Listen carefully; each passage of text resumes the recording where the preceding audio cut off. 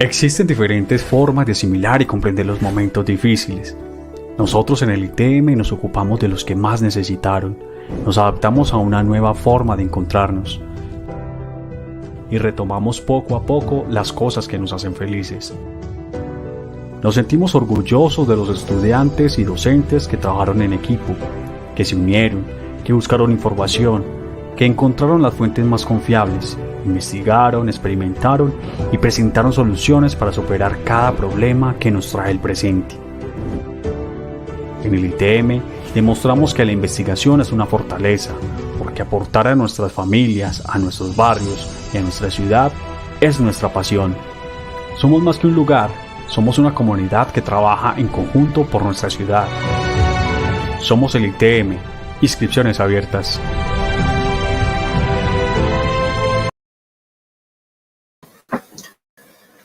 Muy buenos días y sean bienvenidos a esta segunda Feria Virtual del Libro Académico, a este evento en el cual tenemos la posibilidad y la grata compañía con la Universidad de Nariño en esta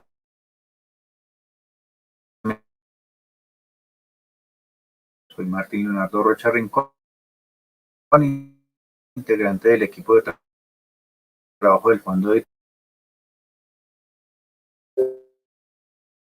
el gusto de darle la bienvenida a este presentación muy especial Arte Portilla, al encargado de la editorial Gilbert Blanco Álvarez,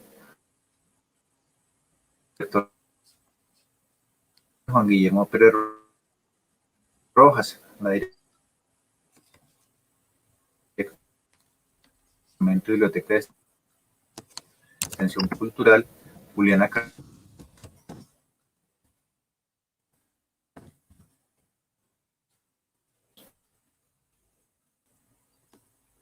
Bueno, muchas gracias, Martín. Buenos días a todos y todas nuestros asistentes. Muchas gracias por estar presentes en este evento de la Feria Virtual del Libro Académico 2021.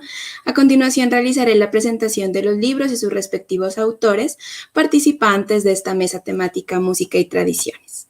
Bueno, en primer lugar tenemos la presentación del libro Deconstruyendo el Chucu Chucu, Auges, Declives y Resurrecciones de la Música Tropical, editado por el Fondo Editorial ITM en el año 2017. Su autor es Juan Diego Parra Valencia, PhD en Filosofía, especialista en literatura, músico, docente e investigador de la Facultad de Artes y Humanidades de la ITM, ensayista y escritor con diversos artículos en áreas de filosofía, estética, arte, filosofía de la técnica, semiótica, cine y música. Ganador del Premio Nacional de Periodismo Simón Bolívar por el trabajo investigativo en el reportaje documental Cuando el Chucu Chucu se vistió de frac en el 2014. Director y co-guionista del documental Paparí, el pionero del rock tropical en el 2018. También presentaremos el libro Mujeres, Música y Sociedad Patriarcal, un libro publicado por la editorial Universidad de Nariño. Sus autores son Lida Lady Tobo Mendivelso, magíster en educación y especialista en orientación educativa y desarrollo humano por la Universidad de Nariño y psicóloga social de la UNAD, profesora asociada de la Universidad de Nariño, adscrita a su departamento de música, donde se desempeña en las áreas de pedagogía musical, investigación, currículo, didáctica de la música y modelos pedagógicos, entre otras. Es tallerista del Banco de la República y ha trabajado en el desarrollo de los programas de promoción de la lectura y el club de música de esta institución. En el 2013 se desempeñó como gerente de la red de formación musical del municipio de Pasto. Es miembro de Rítmica, red de investigación temática en música, artes y arquitectura. Y también está con nosotros el autor José Menandro Bastidas España, doctor en Ciencias de la Educación de la Universidad de Nariño y RU de Colombia, especialista en estudios latinoamericanos y en educación musical y licenciado en música por la misma universidad, integrante del grupo de investigación Cultura y región, coordinador de la línea de historia, miembro fundador de Rítmica, red de investigación temática en música, artes y arquitectura, profesor asociado de la Universidad de Nariño y docente de flauta traversa e historia de la música en el Departamento de Música de la Universidad de Nariño. Bueno, ahora sí le vamos a dar paso a nuestros autores para que nos comenten sobre sus libros. En primer lugar, le damos la palabra a Juan Diego Parra Valencia para que nos comente sobre el libro Deconstruyendo el Chucuchucu, auges, declives y resurrecciones de la música tropical. Adelante. Bueno, muchas gracias, Daniela, a todos los asistentes, a los colegas que además tendrán su ponencia, a los organizadores de este evento. Bueno, empezaré un poco a darles el contexto de este trabajo. Se refiere a este libro, particularmente, Deconstruyendo el Chucuchucu, auges, declives y resurrecciones de la música tropical colombiana.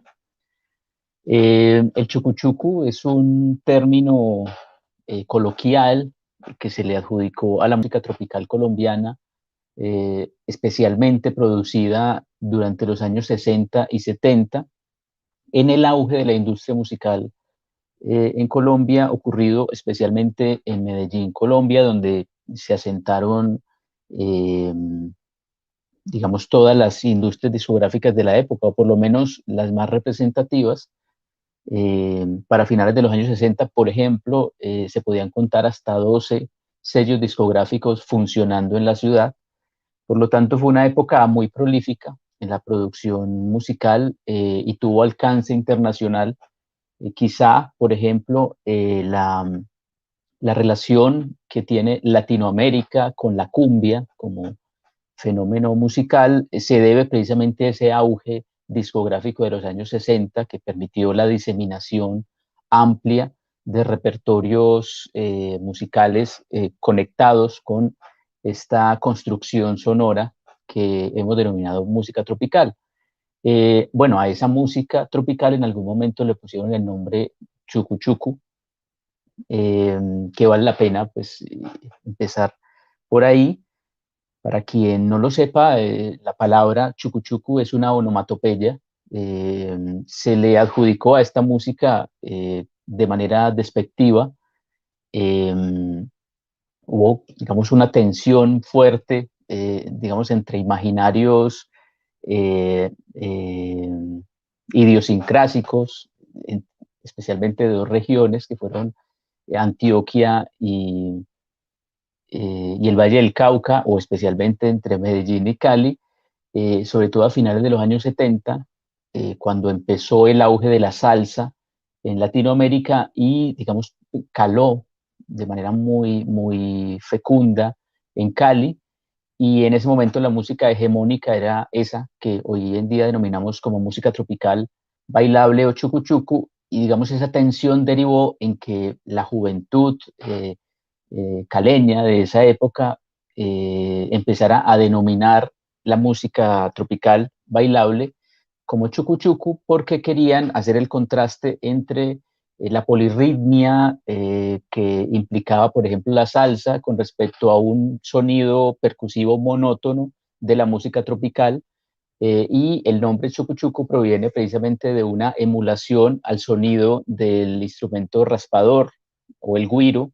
Es un instrumento idiófono que se toca raspando. Entonces el sonido del güiro daba como un chucuchú, chucuchú, y a partir de ahí le dan el término, lo cual termina siendo muy interesante. Y es quizá el punto de partida de mi estudio, este trabajo que estamos presentando hoy, de Construyendo el Chucuchucu. Es, digamos, un segundo volumen después de un estudio que se llamó Arqueología del Chucuchucu, precisamente. Tanto arqueología como la arqueología del Chucuchucu como la deconstrucción del Chucuchucu, de hecho, vienen de unos modelos de estudio sobre las ciencias humanas y la historiografía, digamos, de filósofos franceses muy importantes del siglo XX, que son Michel Foucault y Jacques Derrida. Como no tenemos mucho tiempo de introducirnos en esos escabrosos mundos de la investigación, pues valdría la pena solamente mencionarlos, pero sobre todo atendiendo a una presentación de la metodología del trabajo. El interés entonces básicamente consistió en entender cómo este fenómeno tuvo tanto impacto en la cultura y la tradición latinoamericana y obviamente especialmente la colombiana, sobre todo porque es un repertorio que estamos escuchando permanentemente, estamos consumiendo permanentemente en el país, sobre todo en las épocas decembrinas o en las fiestas patronales, etcétera, pero que termina convertido en una especie de paisaje, una especie de, ¿cómo es que nos empezamos a anestesiar frente a este fenómeno y, digamos, se le han dedicado pocos análisis de su impacto sociocultural, cosa que sí, por ejemplo, ocurre con otros géneros, insisto, por ejemplo, como la salsa o como el rock, ¿cierto? Y a partir de ahí empiezo a indagar sobre este fenómeno y digamos que los hallazgos derivan en que el chucu chucu, por ejemplo, no es un fenómeno homogéneo, no se puede reducir tampoco solo a la música tropical, aunque es el género que más agruparía las manifestaciones artísticas y rítmicas, en este caso, del chucu chucu, pero el chucu chucu como tal no es algo homogéneo y de hecho tuvo varias etapas, de hecho surge en algún momento a final de los años 50 como una gran revolución juvenil que era equivalente a lo que ocurría, por ejemplo, en el mundo europeo o anglosajón, con el rock and roll o el twist. Aquí, digamos que los primeros exponentes de esta música, que era, digamos, una música híbrida, que tomaba recaudo de lo que estaba pasando en el mundo y a partir de formatos de rock empezaron a hacer fusiones con la música bailable, que en ese momento tenía como exponentes principales, por ejemplo, a Lucho Bermúdez o a Pacho Galán o a Edmundo Arias o a José Barros. Y digamos que estos personajes que eran fundamentales en la construcción del mundo sonoro colombiano empezaron a ser relevados por una generación juvenil que ya no quería pertenecer a esos mundos que consideraban adultos y que se gestaban en los salones de clase alta o en los hoteles internacionales, por ejemplo, con, digamos, un formato más de orquesta, big band, para bailes, obviamente de salón, de etiqueta. Estos muchachos empiezan a extraer esa música de los salones y la llevan a la calle, básicamente, y se convierte en un movimiento juvenil muy interesante de fusiones, y esa primera ola, que es muy interesante, va a tener agrupaciones que por lo general emulaban a los grupos de rock extranjeros y de hecho se ponían nombres en inglés, por ejemplo los Teenagers, por ejemplo los Golden Boys, por ejemplo los Black Stars o los Clevers, los Falcons. Es decir, hay una cantidad de grupos que a principios de los años 60 empiezan a producir una música que termina siendo muy interesante porque es música para bailar, pero el formato instrumental, organológico, es derivado del rock. Entonces empiezan a utilizar guitarras eléctricas, baterías, bajos eléctricos, solo box, que es un tipo de piano reducido, eh, y le agregan algo que no tenían los grupos anteriores, y es una puesta en escena real, eh, insisto, muy conectada con el imaginario anglosajón, y de ahí surge, por ejemplo, de los Teenagers, un personaje que va a ser fundamental para el género tropical, que es Gustavo el Loco Quintero, que empieza en un grupo que se llama Los Teenagers, y digamos que su propuesta escénica va muy ligada a lo que él quería decir, a la imagen que él tenía de los showman o frontman anglosajones, especialmente Elvis Presley, ¿cierto? Y un poco el Loco Quintero termina convertido en una especie de Elvis Presley colombiano. De hecho, el nombre, el apodo que le ponen del Loco Quintero, se deriva precisamente de las cosas que él hacía en escena, ¿cierto? Y digamos que parto de ahí, que obviamente es el inicio, el origen, para que entendamos que todo eso que nosotros escuchamos como música bailable después insisto, que escuchamos en los diciembres o en las fiestas patronales, tiene un origen en el fondo muy rockero, de fusiones entre el rock y la música más tradicional, las tradiciones, pero a partir de una irreverencia juvenil, que eso es bastante importante, la irreverencia juvenil de los años 60 en todo el mundo, que implicaba precisamente un abandono de ciertas tradiciones, aunque las fomentaran a partir de ciertas fusiones musicales. Este fenómeno después se va convirtiendo en otra cosa un poco más estable, más conformada, cuando empieza a ser un negocio rentable, y se forma como una segunda ola de esa música tropical, donde aparecen ya los grupos no con nombres en inglés, sino ya más orientados a una búsqueda de orden regional. Por ejemplo, aparecen los hispanos, después aparecen los graduados, eh, aparece otro grupo que llama Los Éxitos, que es muy importante, otro que llama Los Grecos, pero eso ya no ocurre solo en Medellín, por ejemplo, empieza a pasar ya en otras partes del país, ¿cierto?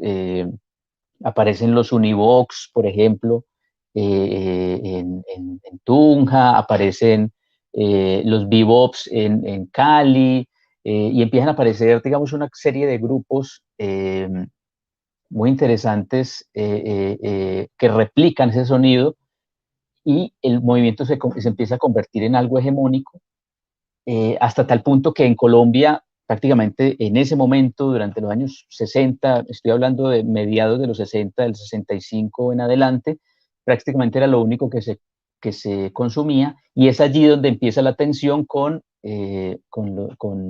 ciertas manifestaciones alternativas, en ese caso la salsa, la Fania, digamos, ya llevaba unos 4 o 5 años de constitución, y se empezó a convertir en un eje también de orden ideológico, de hecho, en Latinoamérica. Y, y esa confrontación entre la salsa y la música tropical empieza a calar, no solamente a nivel comercial, sino a nivel idiosincrásico o incluso ideológico, y eso deriva precisamente en cierta animadversión frente a esta música por parte de la generación juvenil de Cali, y eso se ve muy, digamos, muy explícito en una novela de Andrés Caicedo que se llama Que viva la música. No puedo contar, obviamente, el argumento, no tengo tiempo, pero esa transición que hace la protagonista de la novela del mundo de clase alta al sur, eh, partiendo del rock para encontrar la salsa, y sobre todo la salsa de Richie Ray, encuentra como una especie de némesis de lo que no debe pasar con la cultura colombiana, cultura musical colombiana, y es parecerse a lo que ocurría especialmente en Medellín. Y es Andrés Caicedo el que acuña el término sonido paisa en términos despectivos, y a partir de ahí empiezan a aparecer denominaciones, una de las cuales, como les digo, fue la que más se posicionó después, que es el chucuchuco, ¿cierto? Y digamos que esa construcción de relato a mí me pareció muy interesante en la medida en que lo iba analizando, y empecé a escarbar como una especie de arqueólogo en archivos. No había muchos comentarios al respecto, muchas reflexiones al respecto, y encontré una especie de, ¿cómo decirlo?, una especie de yacimiento petrolero frente a la información. Muchos de los personajes de la época estaban vivos, todavía podía hacerles entrevistas, cotejar información, y un poco empiezo a descubrir que era importante no solo contar la historia del fenómeno musical, sino un poco construir esta relación en torno a lo antioqueño hibridado con lo costeño, que termina afianzándose en un tipo de música muy interesante, muy comercial, que logra expandirse y diseminarse por toda Latinoamérica, como les decía, hasta tal punto que lo que se entiende por cumbia en Latinoamérica por lo general tiene que ver con estas manifestaciones musicales de los años 60, especialmente producidos en Medellín, ¿cierto?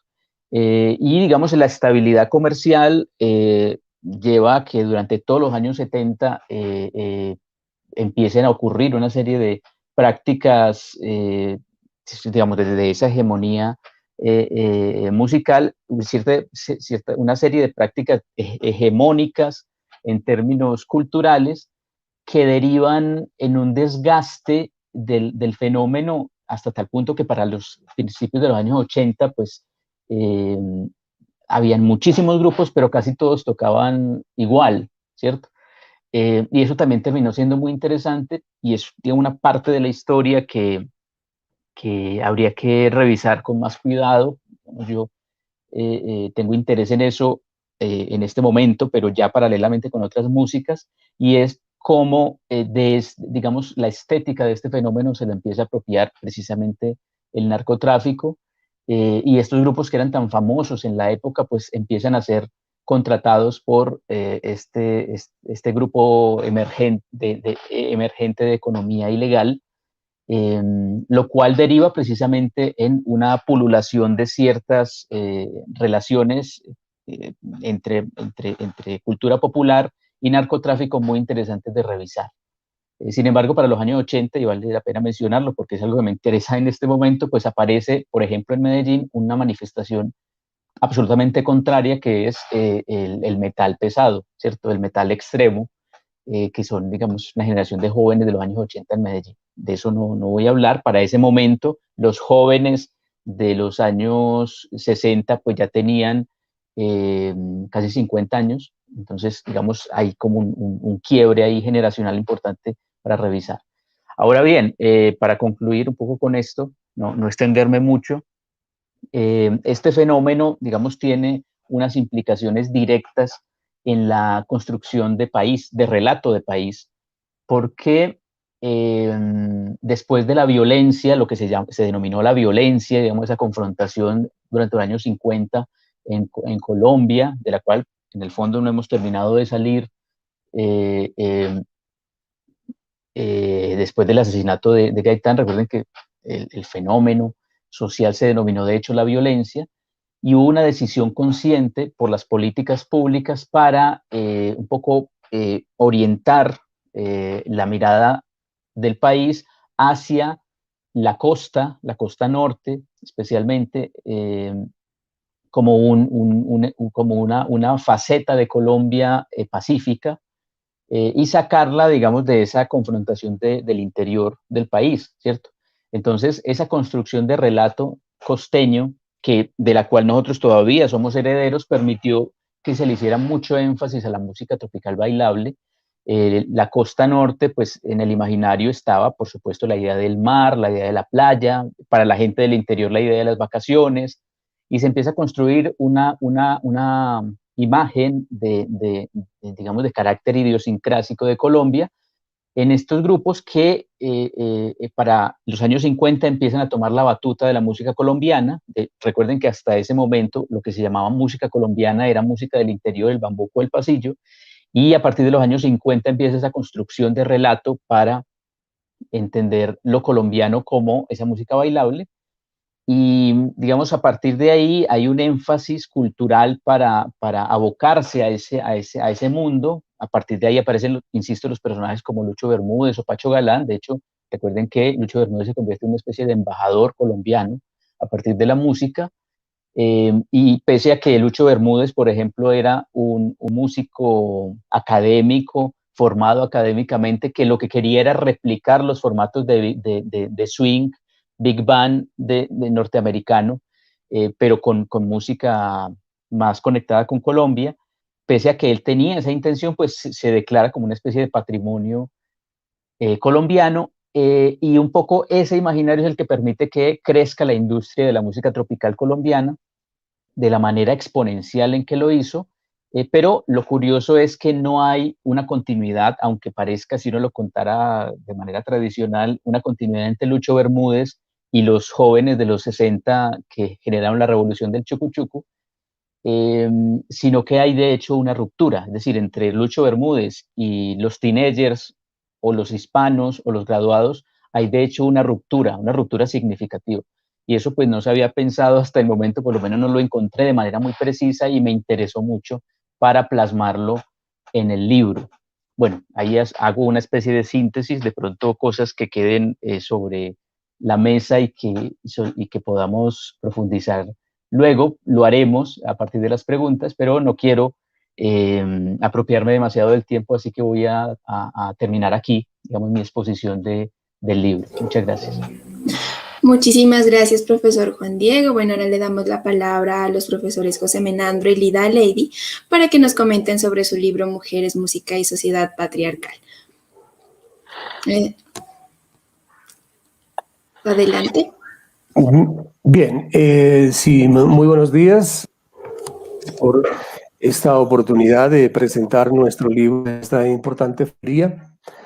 Estamos nosotros muy contentos y tratemos pues en este tiempo corto que tenemos de hacer una síntesis para dar una idea general de lo que contiene nuestro libro, ¿no? Nuestro libro, Mujeres, Música y Sociedad Patriarcal, un estudio sobre la situación de la música en la zona de Nariño, desde la perspectiva, obviamente, desde la producción femenina, pues ha permitido hacer un análisis de esta circunstancia que permite precisamente enfocar esta temática de tanta actualidad, que es precisamente lo que está relacionado con el género. El libro tiene 2 capítulos. La primera parte, en el primer capítulo, una serie de temáticas generales. Por ejemplo, estaríamos hablando, bueno, el primer capítulo se llama Mujeres, las mujeres en la música, una reflexión histórica y política.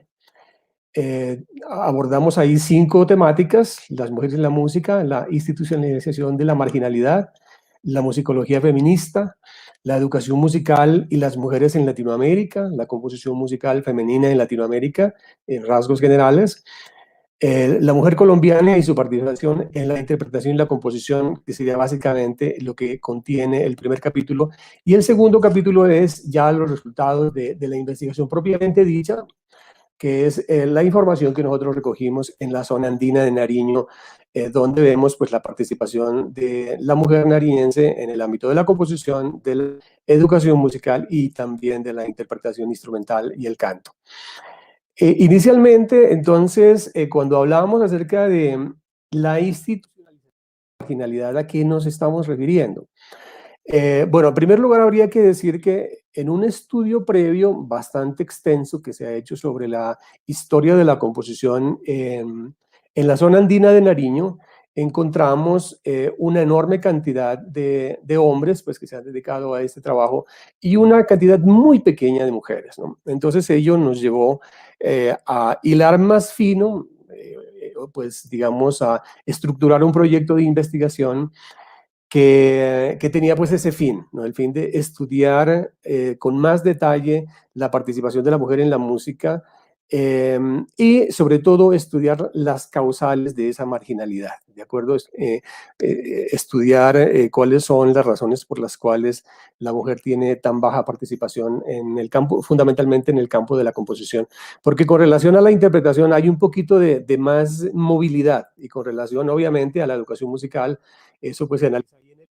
Pues estamos viendo una gran cantidad de mujeres que han participado no solamente en Nariño, en Colombia, sino en toda Latinoamérica y el mundo. Bueno, la cultura occidental, lo que estamos, digamos, Europa y América, viene de dos grandes fuentes, ¿sí? 2 grandes fuentes culturales poderosas que están determinando los órdenes en todo sentido, ¿no? Estamos hablando de esta cultura grecolatina antigua, ¿sí? Que trae todos los elementos que constituyen pues gran parte de lo que es la cultura occidental actual, y todo lo que viene por el lado judío, el judaísmo y el cristianismo, que obviamente atraviesa de parte a parte toda la cultura occidental desde pues obviamente hace 2000 años. Estas 2 grandes vertientes, ¿qué es lo que tienen con relación a la música, con relación a la mujer? Pues casi que se puede decir una marginalidad extrema, Si uno analiza la historia de los griegos y los romanos antiguos, pues vemos a la mujer arrinconada, ¿sí? Ubicada precisamente en actividades de tipo doméstico, de acompañamiento, de solaz del guerrero, de modelo del escultor, etcétera, etcétera. Y si la vemos por el lado del judaísmo y el cristianismo, pues otro tanto. Entonces, cuando San Pablo escribe a los Corintios, vamos a encontrar en sus epístolas precisamente eso. Él dice, la mujer debe permanecer callada en la congregación, debe permanecer callada, no debe hablar en la congregación, de ese cristianismo primitivo, pues del que estaría hablando entonces San Pablo. Y si debe permanecer callada, no debe hablar, pero tampoco debe cantar, porque además el canto tiene otra implicación, y es que precisamente lleva ese fenómeno de la sensualidad, no es ese fenómeno de que dijéramos del pecado, bueno, que obviamente va a ser altamente censurado y que va a ser altamente cuestionado a lo largo de toda la Edad Media. Entonces la mujer va a tener ya ese antecedente en la cultura occidental cristiana, ¿sí?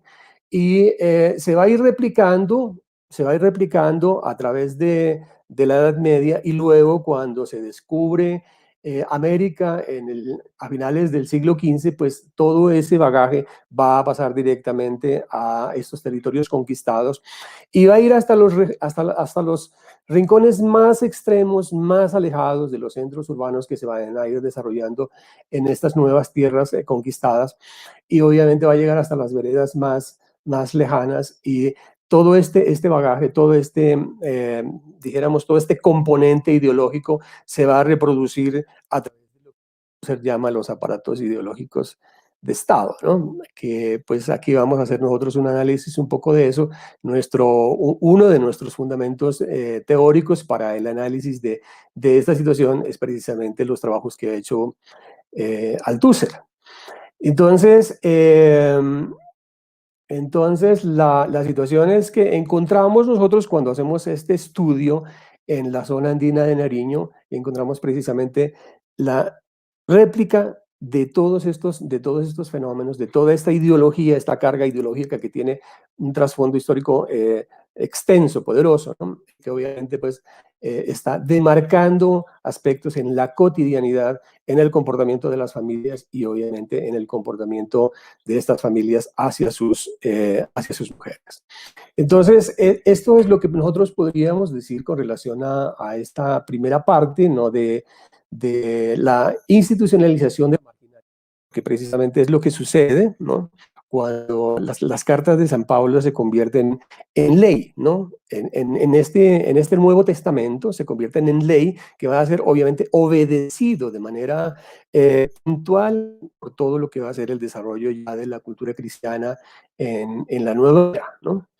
Bueno, también hablamos acerca de la musicología feminista, y la musicología feminista es una disciplina nueva. Para algunos no es una disciplina, no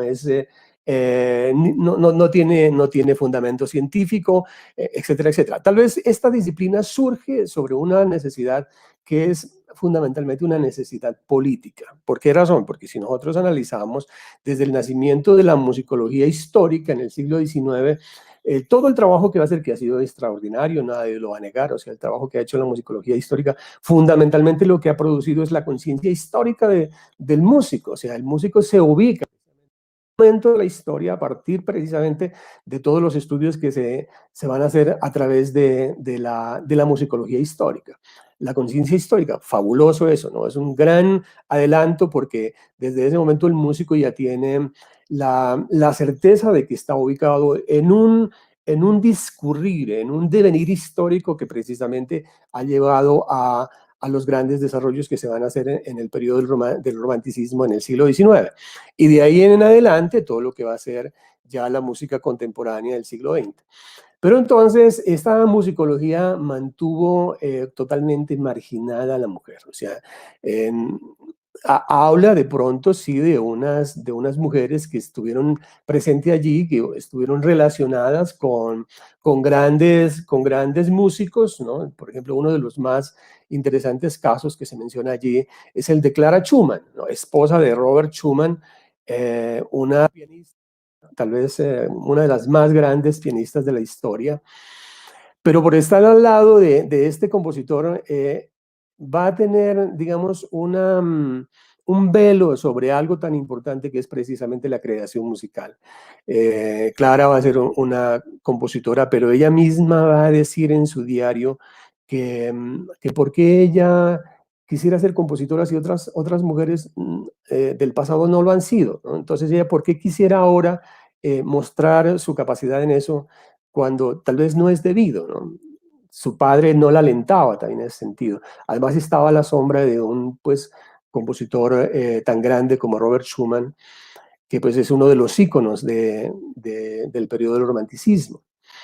Y así por el estilo, ¿no? Entonces mujeres que tenían que cambiar su nombre por seudónimos masculinos para poder publicar su poesía, para poder publicar su obra musical. Entonces esas circunstancias constitución de una disciplina que es precisamente esta disciplina de la musicología feminista, que permite, como digo, desde una perspectiva política, pues identificar, visibilizar todos estas historias paralelas, ¿no? Que son precisamente las historias de grandes mujeres compositoras, intérpretes del hemisferio occidental, fundamentalmente, que es donde nosotros hemos centrado nuestro trabajo. Ahora, si nosotros vamos a buscar un aspecto relacionado con las mujeres en Latinoamérica, desde el punto de vista de la educación, vamos a encontrar que han hecho una enorme cantidad de aportes. Vamos a hacer un paneo general y vemos cómo las argentinas han hecho aportes a la constitución de grandes congresos,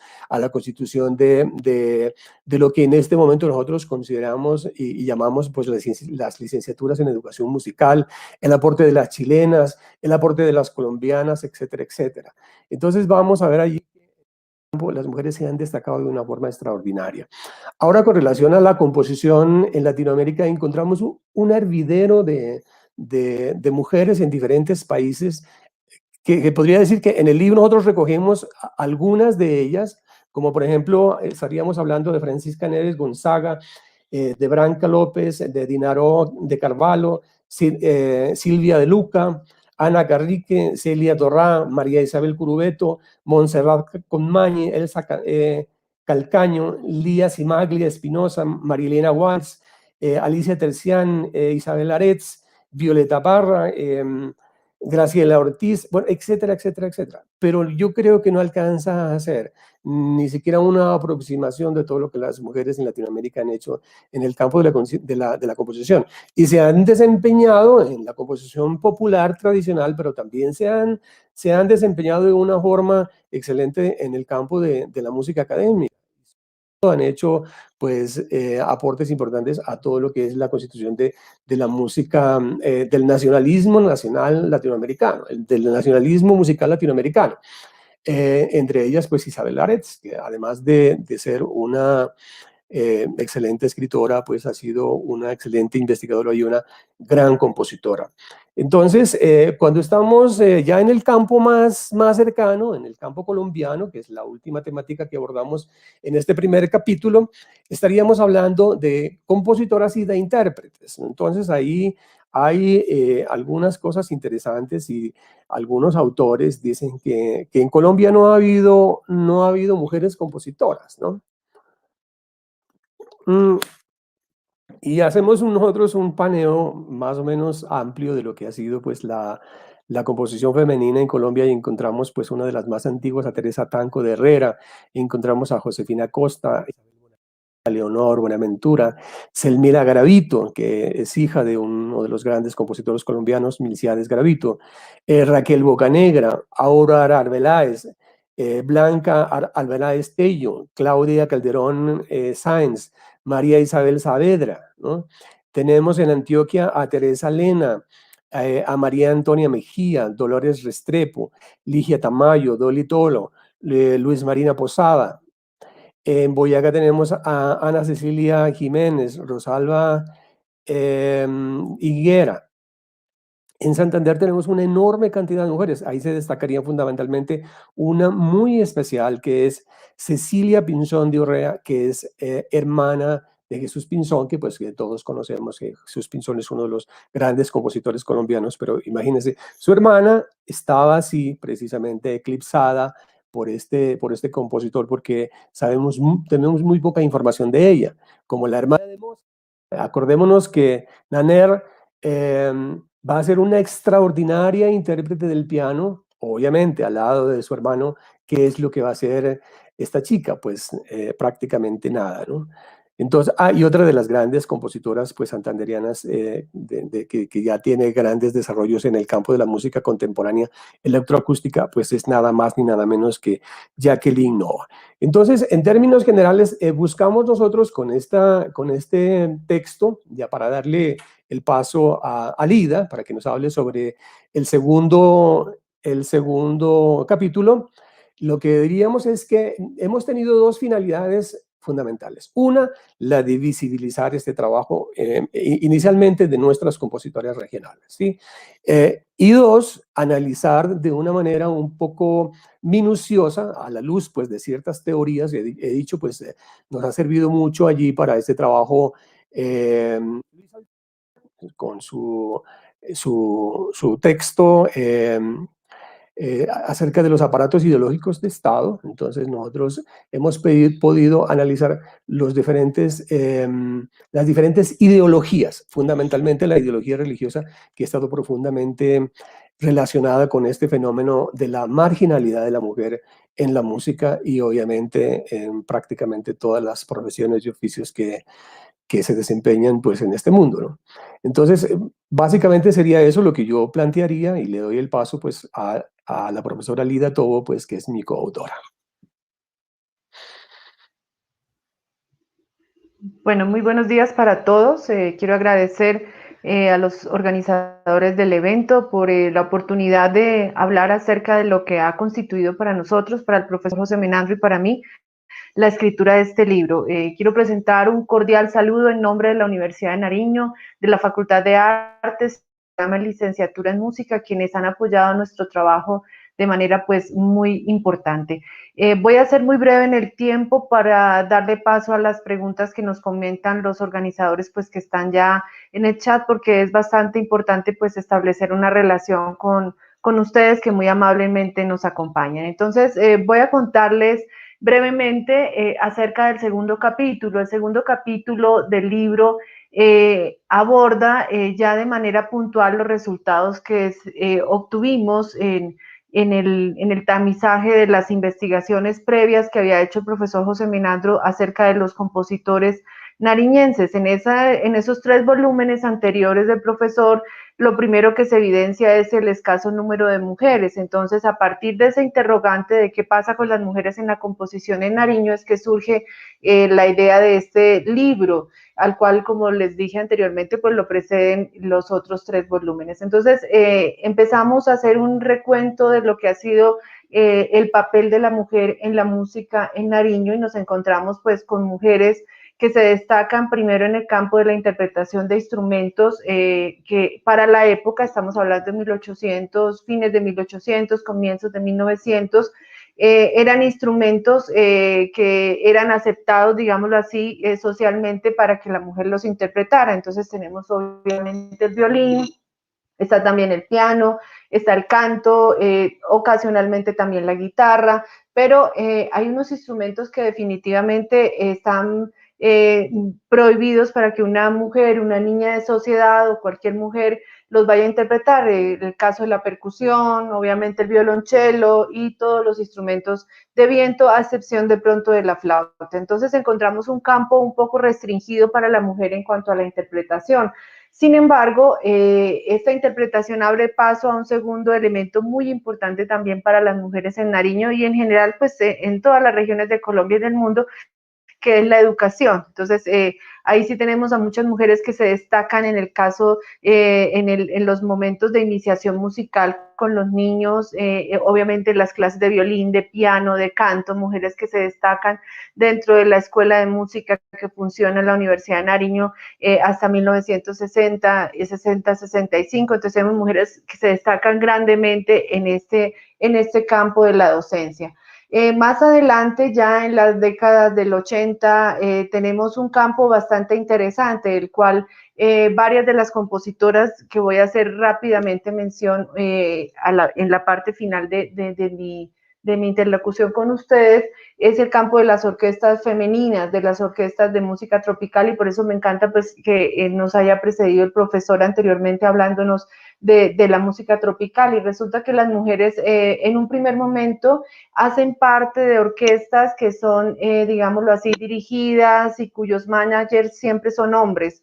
Pero luego, ya hacia la finalización del siglo XX, comienzos del siglo XXI, este panorama cambia de manera muy interesante, digámoslo así, y entonces son mujeres las que organizan sus propias orquestas, las que llaman a las músicos y las que organizan toda la parte operativa de la orquesta. Entonces, en varios diálogos que realizamos con mujeres que hacen parte de estas orquestas, bueno, son unas orquestas que tienen, digámoslo así, un manejo bastante diferente, porque la mujer cuando es madre tiene que llevar a los niños a los ensayos. Entonces adelante tenemos a todas las mujeres haciendo su parte de ensayo, y en la parte de atrás tenemos a los niños, eso casi convertido en una guardería. Pero miren que es muy importante, porque la mujer no se desliga del papel de madre, papel de ama de casa, sino que tiene que seguir trabajando en la parte musical, en su labor como compositora, en su labor como intérprete, pero aparte de eso también tiene que estar con la responsabilidad de sus hijos, tiene que estar con todas las responsabilidades que esto acarrea.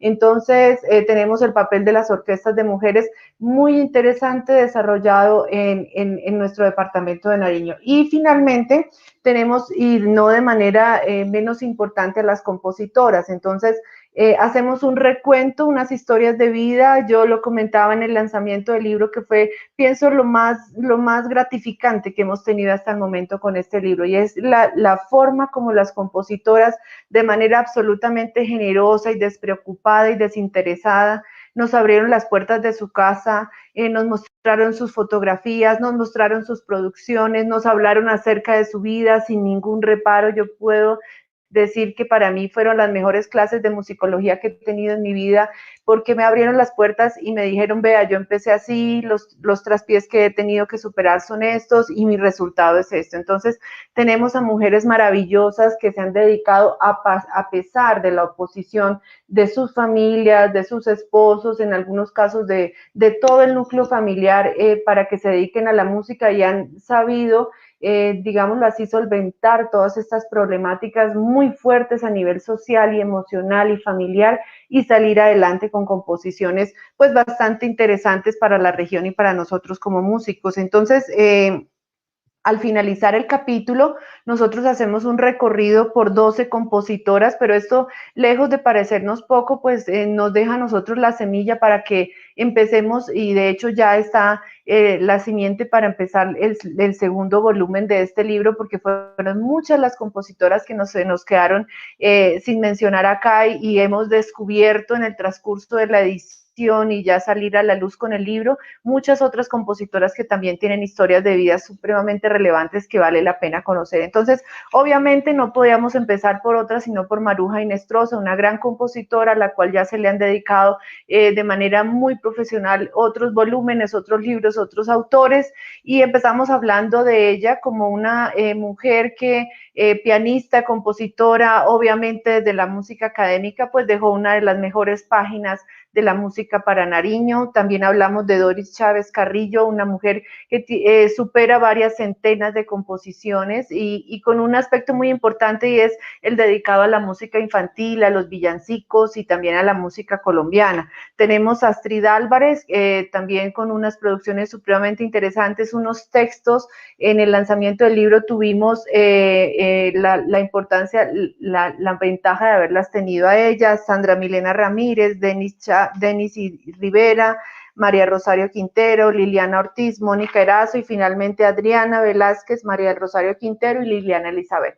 Me dicen que ya estamos a un minuto del cierre, unos minutos del cierre, y simplemente yo quisiera finalizar diciendo que lo más importante que hasta el momento ha sucedido con esta obra es que a nivel personal me ha hecho un llamado acerca de mi papel como mujer en la música en Nariño y en Colombia, y este llamado de atención es a un cambio en la mentalidad desde las clases en las cuales yo trabajo, de trabajar y hacer mucho más relevante el papel de la mujer, que es muy importante, pero debido a todas las circunstancias que se presentan a nivel social, pues ha sido un poco invisibilizado, sino en algunos casos totalmente. Entonces, yo le doy paso a los organizadores porque realmente creo que estamos como cortos de tiempo y pues les agradezco muchísimo la atención y la presencia en el día de hoy.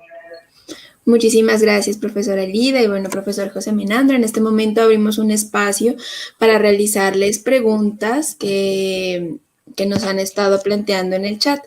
Tenemos inicialmente una pregunta para el profesor Juan Diego, que nos dice: ¿es cierto que Julio Bovea, con Bovea y sus vallenatos, le abrió el camino con este ritmo a nivel nacional a Rafael Escalona?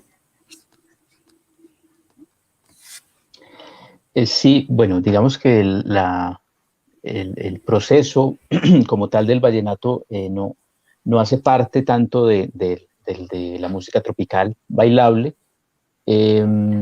Hay, digamos, muy buenas fuentes pues, en la construcción de relato del imaginario vallenato, sobre todo en el grupo de Barranquilla, que formaban, por ejemplo, García Márquez, digamos, en este grupo intelectual de la cueva, y ellos plantean que sí hubo, digamos, unas prácticas de expansión comercial previas a Escalona que permitieron que llegara, digamos, a sitios, especialmente a México, pero también a Argentina, y lo mencionan, pero digamos que el énfasis en esa construcción de relato nacional a partir del imaginario vallenato siempre recae precisamente en la figura de Escalona, digamos, para la costa norte, y de Guillermo Buitrago, que hace la transición entre esa costa norte y el interior. Y a partir de allí hay como una simbiosis muy interesante que permite entender cómo la música del interior, de cuerdas, del interior, cantinera, que tenía mucha influencia de mexicana, pues en una medida por cómo se asimiló el bolero en México, pero también por los corridos, empieza a fusionarse con la figura de Guillermo Buitrago, y ahí hay un corte que después es muy difícil hilar. Hay muchas razones para que llegara digamos, a otros niveles la música vallenata como tal, pero ese periodo no tiene, por ejemplo, nada que ver con el segundo periodo del vallenato, que es a finales de los años 70, con estos grupos que son más un vallenato chucuchucu, si se quiere. Bueno, muchísimas gracias, profesor Juan Diego. Bueno, a continuación vamos a realizar una pregunta para la profesora Lida y el profesor José Menandro, y es ¿cómo se ha evidenciado todo lo que ustedes nos mencionan relacionado con el papel de la mujer, bueno, en este ámbito de la música, específicamente en su labor docente en la universidad en la que se desempeña? Bueno, le doy la palabra a la profesora Lida.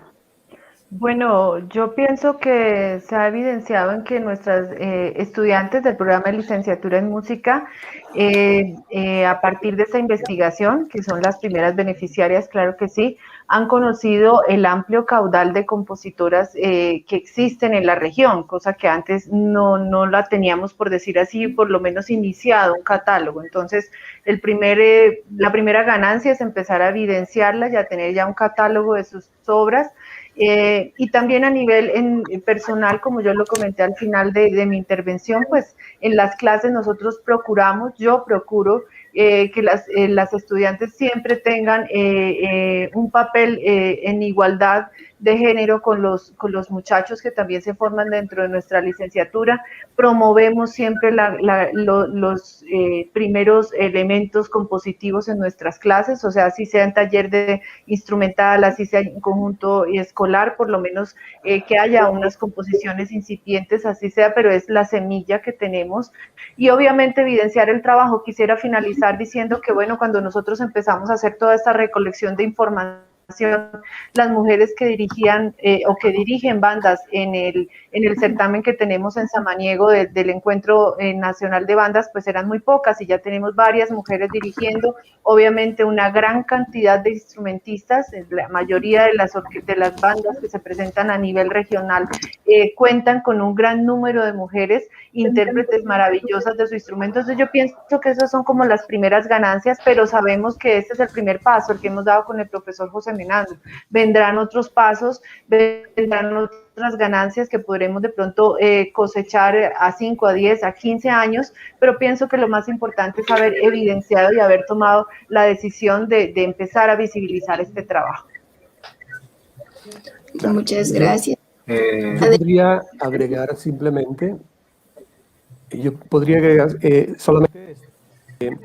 Bueno, a través de este trabajo de investigación hemos podido nosotros identificar un modelo, ¿no? Un modelo que está presente todavía en la generalidad de las profesoras que trabajan en el Departamento de Música de la Universidad de Nariño, porque obviamente nosotros hemos tenido que hacer un estudio sobre las circunstancias históricas de este departamento para poder entender más el fenómeno. Entonces hemos encontrado allí la reproducción de un modelo que yo lo llamo un modelo clásico romántico, que viene del siglo XIX, donde las mujeres estaban orientadas fundamentalmente a la interpretación del piano, al violín y el canto, ¿no? Como tal vez uno de los ejes más importantes de la música del siglo XIX. Vamos a ver, si nosotros analizamos la mayor parte de los repertorios van a estar circunscritos como a esas áreas, ¿no? Si vamos a tener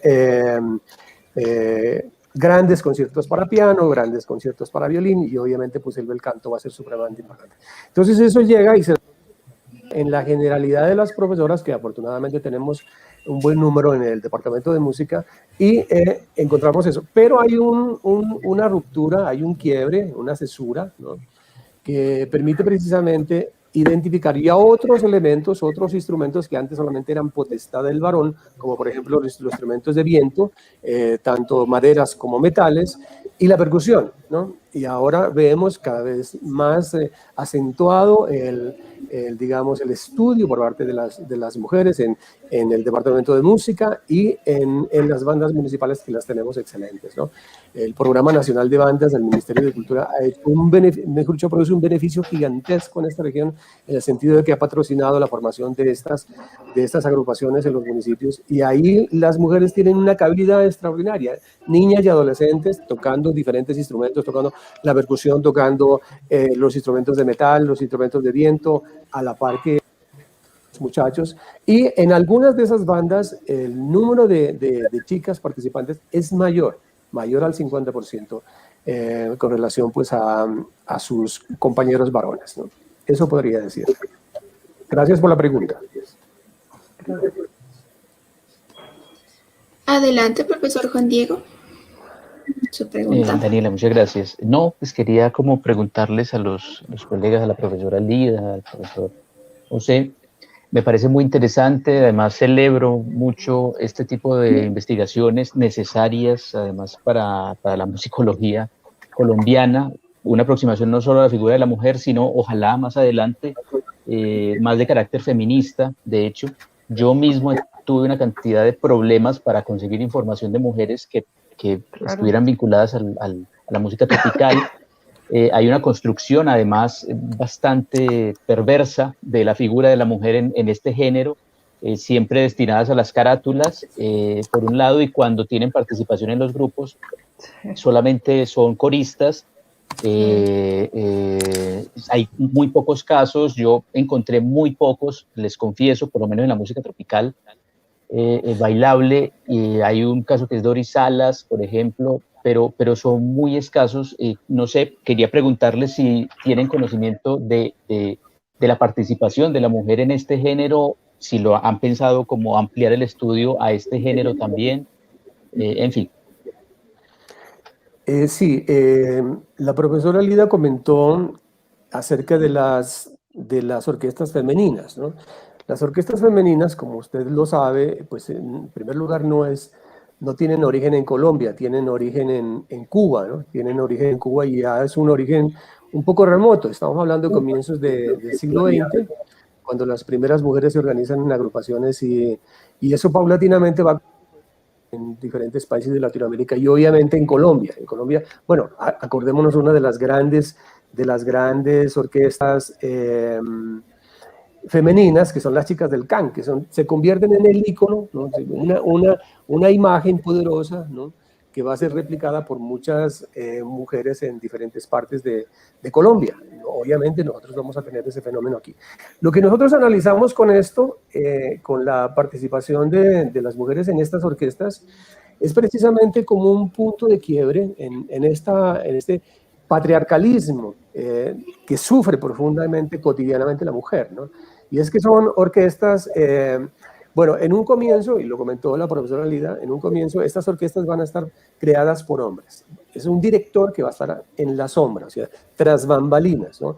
Va a ser el director musical, pero también va a ser de alguna forma el protector de la orquesta, porque pues imagínense, esas orquestas tropicales van a estar en la playa, donde vamos a tener una gran cantidad de hombres alicorados, ¿no? Y pues van a querer propasarse con ellas, entonces este músico va a estar como un poco como a la defensa de la integridad pues de las chicas, ¿no? Pero a medida que va pasando el tiempo eso va a cambiar, ¿no? Y en este momento se puede decir que las orquestas femeninas muy profesionales, muchas de ellas, ¿no? Vamos a encontrar que ellas hacen absolutamente todo. Ellas dirigen su orquesta, ellas hacen los arreglos, componen, cantan, o sea, tienen una capacidad extraordinaria en diferentes campos, por ejemplo, el baile, ¿no? O sea, mujeres muy hermosas, lamentablemente, pues esta performance se presenta con un estereotipo que es así, o sea, se presentan muy ligeras de ropa, ¿no? Y entonces, pues eso atrae poderosamente al público femenino y ha llevado a preferir estas orquestas frente a las orquestas de sus homólogos, pues obviamente son muchísimo más sugestivas, ¿no? Pero está eso. Entonces yo pienso que dentro de lo que es precisamente estas tendencias de la música tropical, de las que usted pues también ha hablado, profesor, que yo pues celebro y lo felicito profundamente por ese trabajo, me encantaría conocerlo, me encantaría tenerlo para poder leerlo y pues enterarme más, porque yo he venido estudiando este fenómeno desde un trabajo que hizo Carolina Santamaría, que es antioqueña también, Vitrolas, Rocolas y Radioteatros, donde analiza ella de manera bastante interesante este fenómeno y sobre todo uno que me llama muchísimo la atención y es acerca de esa sorpresa que en Antioquia hay cuando descubren que esos grandes cantantes, ¿no? Que venían solamente su audio a través de los discos y de las emisoras, pues eran negros, ¿no? Y que no les permitían ni siquiera bajarse del avión para hacer sus presentaciones en los clubes de Medellín. Realmente eso a mí me parece, pero no me sorprende tanto al considerar que tanto la sociedad antioqueña como la sociedad pastusa son sociedades profundamente conservadoras, ¿no? Y entonces, debido a esos problemas de tipo ideológico, es como se han ido manejando las cosas, ¿no? Porque la mujer no es la única marginada en la historia de la música. Dejaré allí, no sé si Lida tiene alguna cosa para complementar la pregunta. No, solamente decirle al profesor que en el libro, de las 12 compositoras, 4 están dedicadas a la música tropical, que con composiciones que ellas mismas han arreglado también para sus orquestas. 2 de ellas son directoras de orquesta, entonces qué bueno que de manera interna podamos intercambiar toda esa información que obviamente a nosotros nos va a enriquecer, profesor, y de pronto pues nuestra información y la música de nuestras compositoras pues se va a poder evidenciar en otros lugares del país. Por supuesto, encantado, muchas gracias. Sí, claro que sí. Bueno, muchísimas gracias. Vamos en este momento ya por cuestiones de tiempo a hacer el cierre del evento. Le doy la palabra a Martín. Daniela, muchas gracias, profesores, muchísimas gracias y qué bueno que estos espacios se den precisamente para poder hacer estos ejercicios de intercambio de saberes. Qué bueno que nos demos la posibilidad como ustedes, como autores, de poder precisamente seguir fomentando estos ejercicios académicos y pues claro, con el mayor de los placeres les estaremos transmitiendo las informaciones de los contactos respectivos para que podamos dejar en firme esta nueva alianza y por qué no decir una amistad musical. Muchísimas felicitaciones a todos ustedes por sus participaciones. Excelente el ejercicio, de verdad que estoy gratamente sorprendido con todo lo que he escuchado hoy, sobre todo con la publicación de ustedes allá con la Universidad de Nariño. Me parece que es un reconocimiento muy debido. Estábamos como en mora de tener algo que dijera más acerca de la participación de la mujer en la cultura y en la música. Bueno, no sobra más sino agradecer una vez más a todos ustedes, a ACU, al GEUP, a Redbooks, a la Universidad de Nariño por haber compartido este escenario con nosotros. Les recuerdo que estamos en la segunda Feria Virtual del Libro Académico. Este evento va hasta el próximo 6 de mayo. La próxima cita por parte del Fondo Editorial va a ser el día martes. Vamos a tener la presentación de una de nuestras novedades más recientes. Recuerden también, por favor, interactuar con los botones que tenemos aquí abajito en la cajita de comentarios. Tenemos el botón para registre su participación, el botón de evaluación y el botón del carrito de compras para que conozcan toda la oferta editorial que se ha traído este año para este evento. Sin más, pues reciban nuestro fraterno saludo y esperamos vernos en una próxima oportunidad. Que tengan todos una muy buena tarde. Hasta luego.